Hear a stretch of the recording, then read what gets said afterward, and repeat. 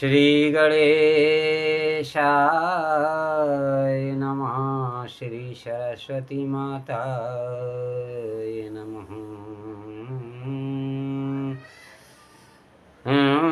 वक्रतुंड महाकाय कोटि सूर्य संप्रभा निर्विघ्न कुरु मे देव सर्वकार्येषु सर्वदा।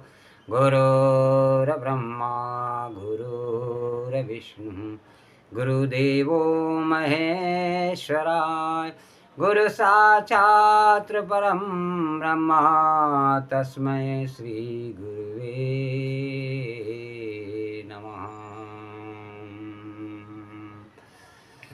सीताराम सीताराम सीताराम सीताराम सीताराम सीताराम सीताराम सीताराम सीताराम सीताराम।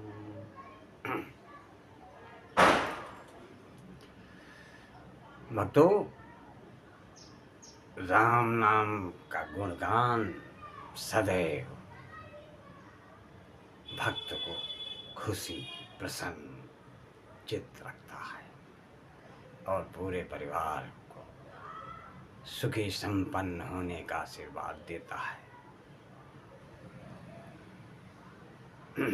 श्री रामचरितमानस में भी है, रामचंद्र के भजन बिना जो चह पद निर्वाण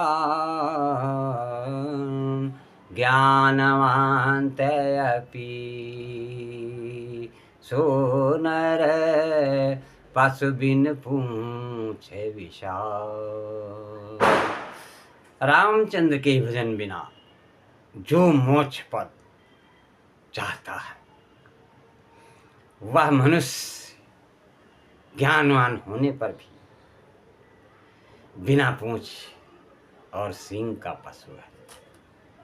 इसलिए यह मानव शरीर बड़ा ही दुर्लभ है। परम कृपालु परमेश्वर की अहेतु की कृपा है। यह किसी किसी को सुलभ हो जाता है जो इस मानव शरीर का सदुपयोग करते हैं, वे ही महान परमेश्वर तुल्य बन जाते हैं। जानत तुम ही हुई जाई, पर जो इस मानव शरीर का दुरुपयोग करते हैं वे दानव कहलाते हैं।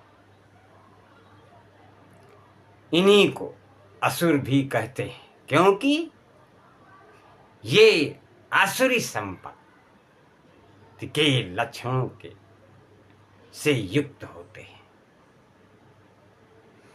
ये लोग भगवत विमुख तथा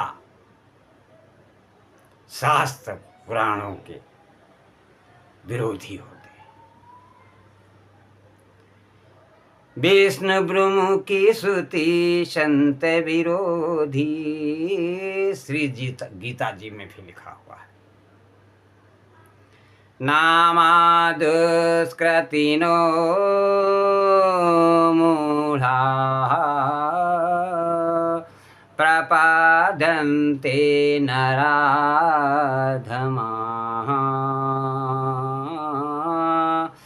माययापहृदय हृतज्ञानाशुरं भावमाश्रिताः।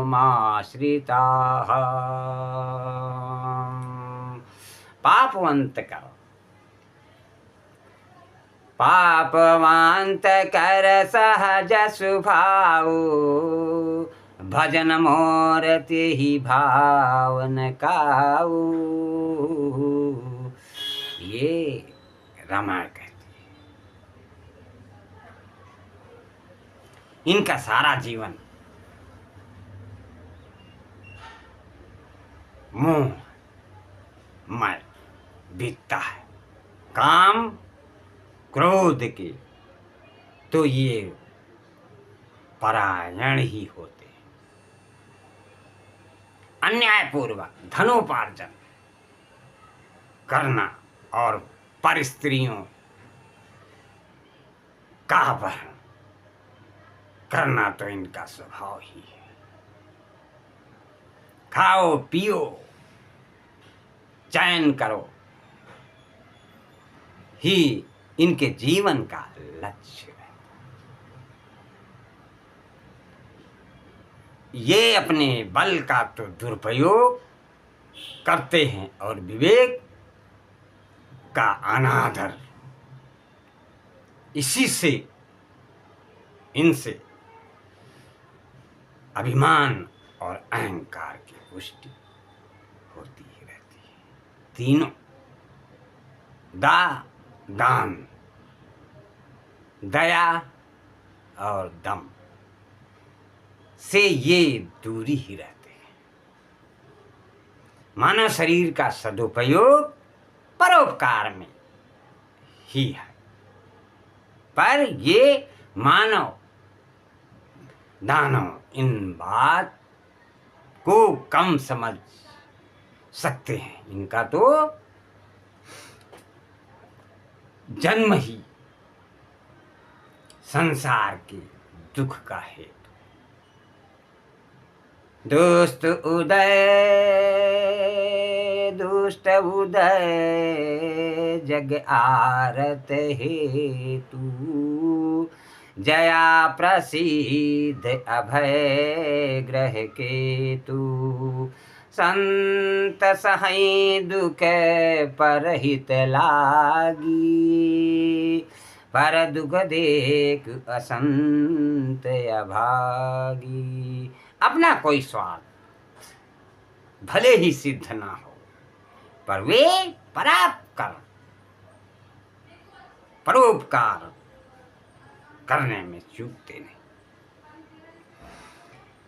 कभी कभी तो दूसरों की हानि करने के लिए अपना जीवन भी दे देते हैं।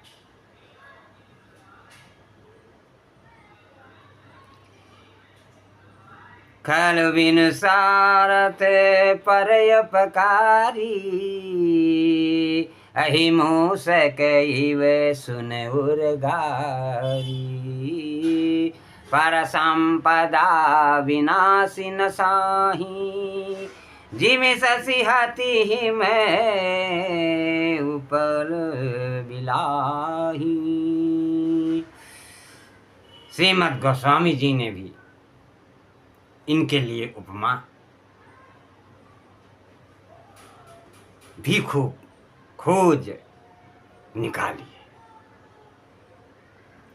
अहीं सांप और मूसक यानी कि चूहा। सांप तो जान लेता है और चूहा धान लेता है। उसी तरह ये अधम मानव जान और मान दोनों पर हाथ फेरते हैं। इन मानव दानों के तन मन वचन स्रोत सभी दूसरों के अहित के लिए ही होते। मानस में एक का उदाहरण देखिए। तन से पर अकाज लगी तनु परिहरही, जिम हिम उपरू पर अकाज लगे तन पन परिहरही, जिम हिम उपल कुति दली गरही। वचन से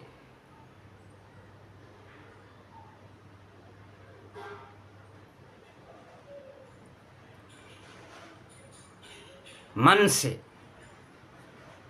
से परहित हानि लाभ जिन के रे, उजरे हरस विषाद बसेरे। वचन से बंदौ खल जस शेष सरोषा, सहस बदन भर नहीं पर दूषा। श्रवण से पुनि प्रणवो पृथुराज समाना, पर यद सुनई सहस दस काना। आँखों से जे पर दो लखई सासी, जे पर दो लखई साकी, पर हृदय धृत जिनके मन माखी। कहाँ तक कहा जाए, इनका सभी आचरण असत्य ही होता है। झूठई लेना झूठई देना, झूठई भोजन झूठ चबेना। ये रामचरितमानस में उत्तरकांड में इस तरह के अपवित्र आचरण करने वाले मानव दानव जीवन पर पाप की गठरी ही ठोते फिरते। अंत में जब कालदेव इनको घसीट कर ले जाता है, तब वे यमराज के द्वारा दी हुई घोरतम नरकों की यातना सहकर फिर नीच योनि में बार बार जन्म लेते हैं। देखिए गीता नंबर 16, 19, 20। तानहं द्विपताः क्रूरसंसारेषु नराधमानः, क्षिशाम्यजास्त्रमसुमानासुरे दिव्ये योनिपु। आसुरो योनिमापन्ना,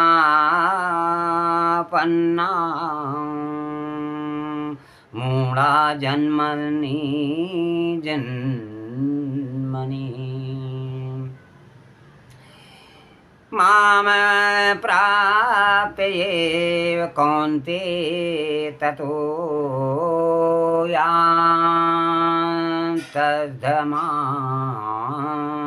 गतिम्। ये गीता जी का। परद्रोही परदारता, परधन परयपवाद,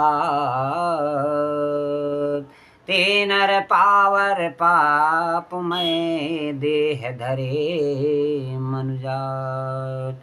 17 तत्वों से युक्त सजीव लिंग सूक्ष्म शरीर की तो यह दशा हुई, और जिस स्थूल शरीर का त्याग किया था वह जहां कहीं जंगल में फेंक दिया जाता है तो कुत्ते और सियार भी सूंघना नहीं चाहते।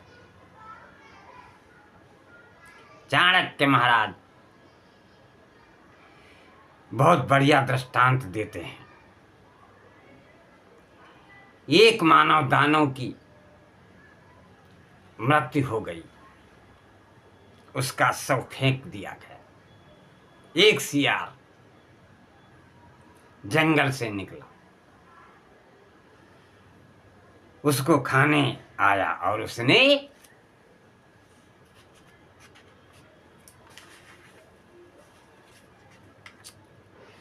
ज्यों ही उस शव पर अपना मुंह लगाना चाहा कि आकाश वाणी ने उसे सावधान किया, अरे गीदड़, इस अति निंदनीय नीच शरीर को शीघ्र ही त्याग दे, क्योंकि इसके हाथ दान विवर्जित है।